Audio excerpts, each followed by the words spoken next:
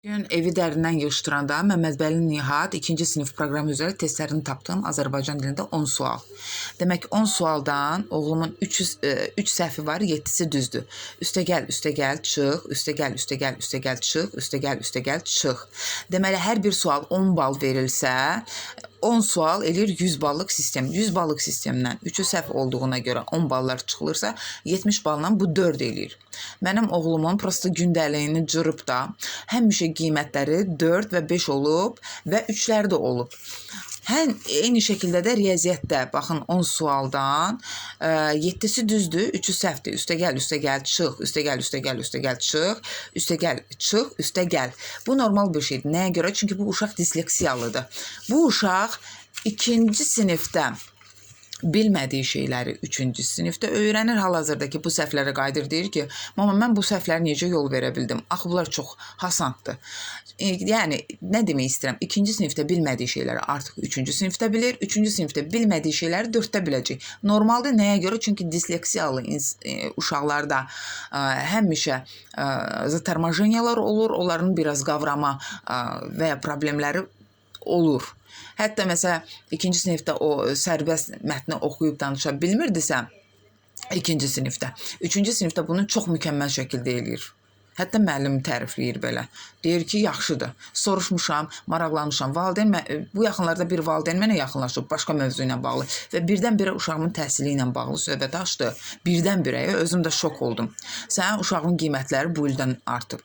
Əzizlərim, mənə nəsə gəlib deyə bilərsiniz, mənim ünvanıma nəsə söz deyə bilərsiniz, mənə elə bir ağır söz deyə bilərsiniz, susub keçərəm, baxmaram heç nə demərəm. Amma mənim uşağımla məni yaralamağa çalışan, mənim uşağımla məni vurmağa çalışan, mən empatiyanı bir yerə qədər göstərərəm.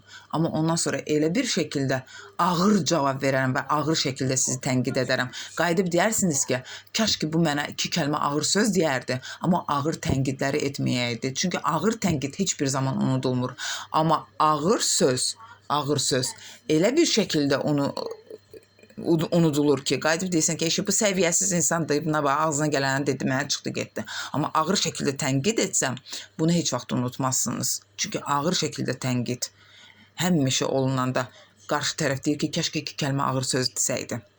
Amma bu ağır tənqidləri mən eşitmək istəməzdim.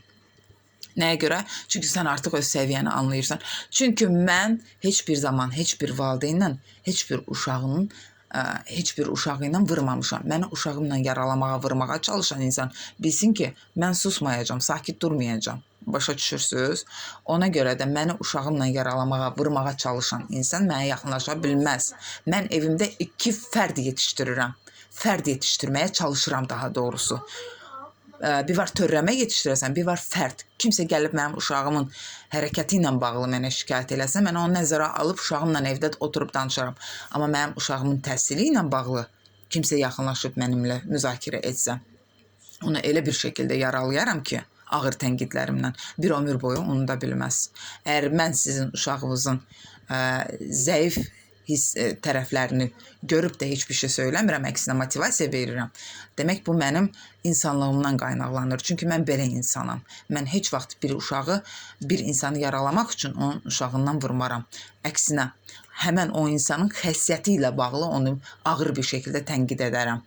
Öz insanlığından utandıraram o insanı.